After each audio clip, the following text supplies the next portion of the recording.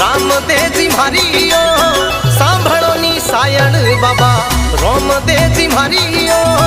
माल कोरी सेवा मोने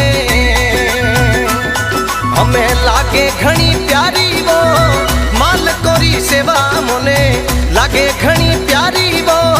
सांभळोनी सायण बाबा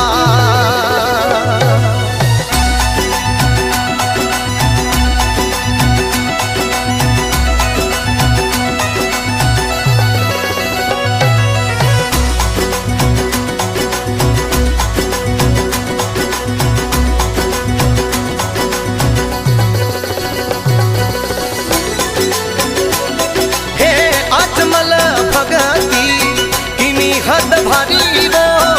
अजमल भगती किनी हद भारी वो